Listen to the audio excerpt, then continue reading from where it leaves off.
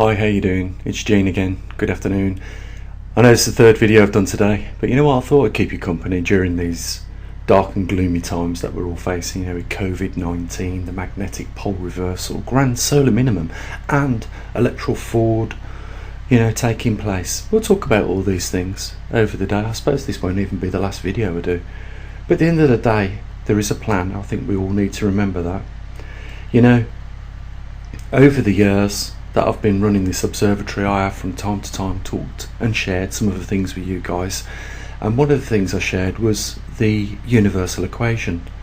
And hopefully for those that was ever in doubt whether, there was a universal conscious, maybe you got a different name for your God, but, for me, I'm happy with that. It means that we don't live in a universe where there's no conscious and there's no creation taking place. So for me, I'm just happy to use that term, universal conscious. For you, it could be whoever God you choose. It doesn't really matter, as long as you know that there is a plan. And if you believe in the plan and you trust in that conscious or that God that you know him by, and it wasn't always clear cut in the Bible. Abraham knew God as a different name to Noah did. So it shows that there are different names that are used and accepted by God. And even in one chapter of the Bible, he says, and I quote, "My name is jealous, and I am a jealous God." And you can look that up if you want confirmation on that. But the point is this: we're living in extraordinary days, and we're going to be put to the test. That's for sure.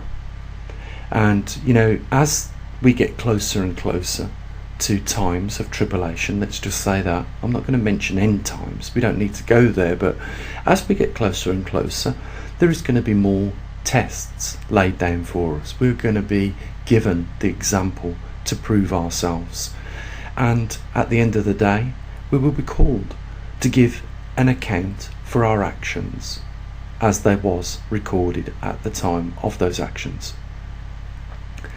Like I said, I probably didn't do myself any favours by sharing some of the findings I had, but I've always admitted this, that I am nowhere near as intelligent enough to come up with the equation myself and work it out myself.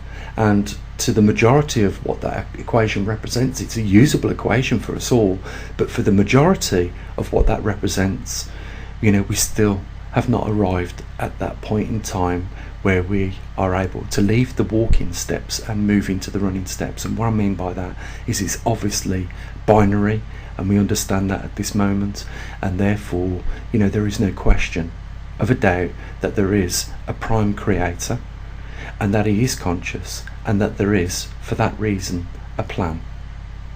We have to bear that in mind and not forget that. And we have to also know that at times of hardship, we are going to be put to the test. If we do the wrong thing at that point in time and our actions are recorded, then we will be held accountable for those. And remember again what the Bible says: each one, good or bad, will receive their rewards, and just so. What that means is, for those who are wicked and cruel and corrupt, their reward is coming for them. And those that are good, their reward will be equally with them. So, regardless of what goes on the grand scheme of things, there isn't really a law that you can be judged on other than the great law of the Almighty God, the prime creator, whoever you choose to call him. He is the judge and the distributor of justice. Now, we meet wicked people from time to time on our travel through the river of life, and I've often described it as that, and a few of you associate with me on this. We sometimes hold on to the river bank because we can see that we're going to go through some unpleasant times, and what those are just rapids, but the river is continuously moving, and when we let go, we experience the bad times, and we will inevitably not always experience those bad times. We will arrive at a part of that river which is calm and is comfortable for us to sail along in it. And, you know, you've heard the expression, you have to take the rough with the smooth, and life is no different from that. We have to accept what it is. That was written in that plan originally. Now, the universal equation, for a lot of you may not know it, but there is plenty of videos I've done and always try to make it the best self-explanatory video so that you understand the true mechanism of that equation, if you like. It simply shows us that everything within our universe has been created by a design pattern or a map or a plan. And if that we are in that plan, and we are, because we are being here today, all of us, you know, we are definitely part of that plan. And even if we was not part of that plan, then the whole plan, trust me, would fail from this point on. And you know, I hear people say, well, you know, you can change fate. I always see it like this, you know, you can stretch an elastic band, but after you've stretched it, it will go back to its current position that it was on, and that is like the course of life. You know, we can deviate slightly from it, but at a later date, and we don't always recognise it. The inevitable was going to happen. Now, I've met, just like you guys have, wicked and corrupt and nasty people.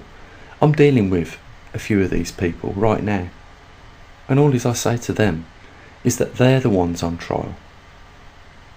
They're the ones that are the transgressors, and they're the ones with thistles and thorns beneath their feet, and if they continue, it will constantly be beneath their feet. That's all I've got to say, because I'm a great believer in the one who distributes the justice in this universe. So let them be vile. Let those people that are wicked to you yourselves be continuously wicked, because they will be held accountable at the end of this. And there is the second life talked about more than once in the Bible, and if it is in that book and it has lasted the test of time, it was meant to be here today for you to understand that. Now, it isn't ironic that what is mentioned in that Bible we are seeing and witnessing right here today. We see it all around us. We are at a level where we have seen in the Bible destruction of cities caused by specifics. You know, I went through that book many times so I could pick out the trend of what the specifics was, and I tell you now, guys, if you do not believe me, have a look in the book and read it yourself. You will see by no coincidence whatsoever that the synchronicity of times that we are experiencing right now is as what was before great destructions took place on this earth. And the reasons were spelled out very clearly for us. It was because of the wickedness, the corrupt behaviour and the greed of mankind. Initially I wanted to talk about the American election fraud, and even if there is or isn't, it's yet to be proven. And I've just got this to say about it. I don't think that either of those people that ran for president were fit for the role. But I understand that when you're given a limited choice, that is exactly what you have. And you can pick from bad to worse. And, you know, we've heard stories of President Trump not declaring his own tax, yet at the same time wanting to be in control of taxpayers' money and expecting taxpayers to pay their tax. And you've got this billionaire that hasn't paid or been forthcoming with his tax returns for the people he's asked for their votes. And I'm not saying that in the 4 years he has done a good or bad job. That's for American people to decide. I feel that I do have an opinion on this with regards to this, because every time I switch on my TV he's talking about this. But I will say this, is that I'm not for either one of them. But, you know, clearly I don't think either one of them are fit for the purpose. And I say that because if you look at Biden's background, he's had 40 years in politics and he's worked closely with lots of presidents. And if he hasn't been influential in those 40 years to those presidents that he has worked for, then, you know, what can we expect from him? And if there has been any voting fraud, then, you know, that person needs to be disqualified. If they have been found guilty of voting electoral fraud, even on a small scale, and despite the small scale that we're aware of, it doesn't mean that there's a big chunk that we're not aware of at the moment.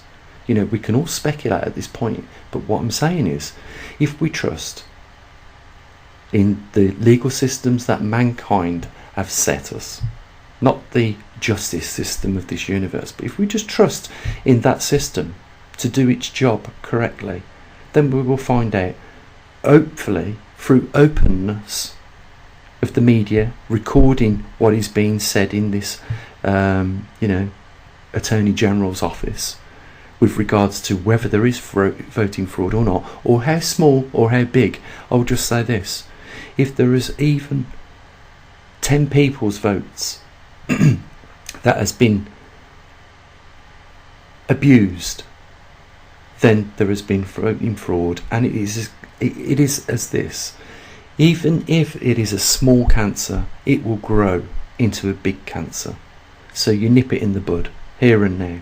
If there is voting fraud and that person's found guilty of it, they should be disqualified.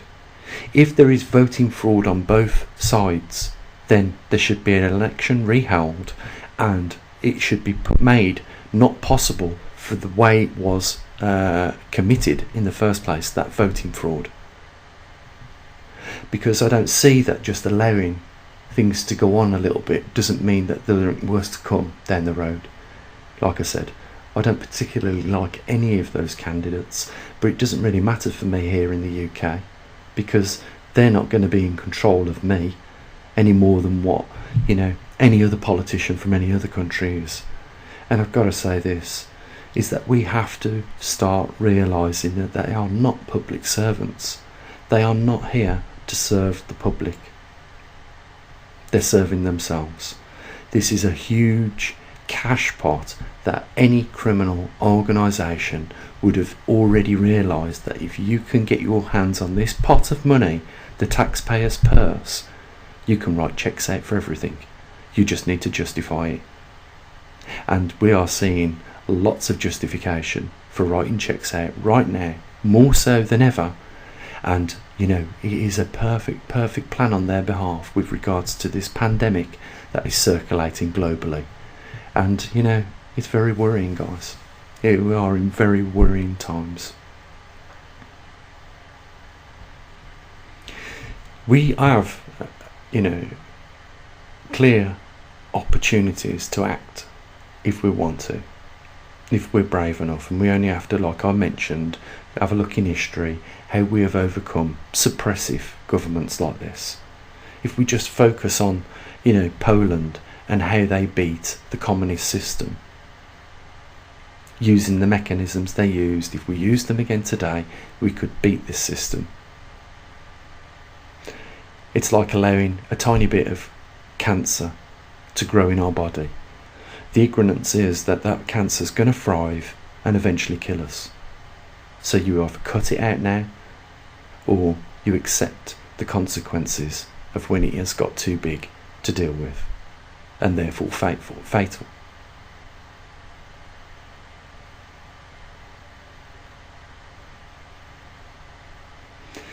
It's not easy times, and I understand that for all of us. There are people we have to constantly remind ourselves in a lot worse situations than a lot of us. And there are those that are in better situations than a lot of us. And we have, hope that things will get better. But when we're on the precipice, when humanity is on the precipice of becoming extinct, it is an opportunity for us to change our ways and do the right thing.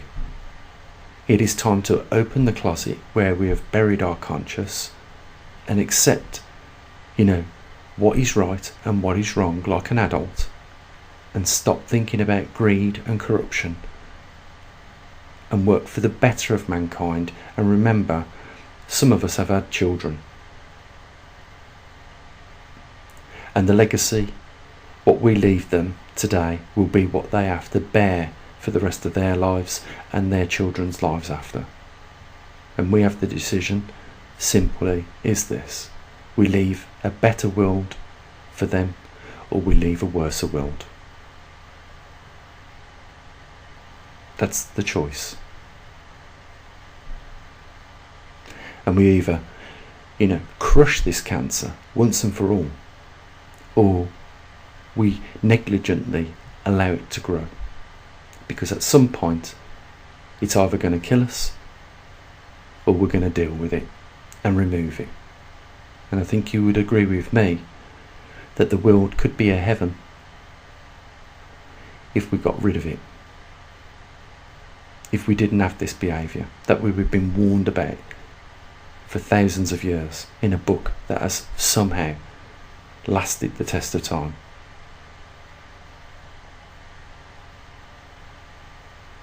It's like I say, we're all adults and we are aware of what's right and what's wrong. But the only way to get rid of a problem is by actively approaching a solution to remove it.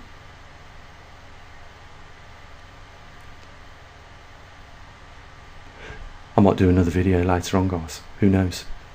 The bottom line is we are trying to raise some revenue for our observatory, and we are in critical times right now with regards to where we are financially with our observatory. We're hoping things get better. Maybe we need a miracle. We'll see.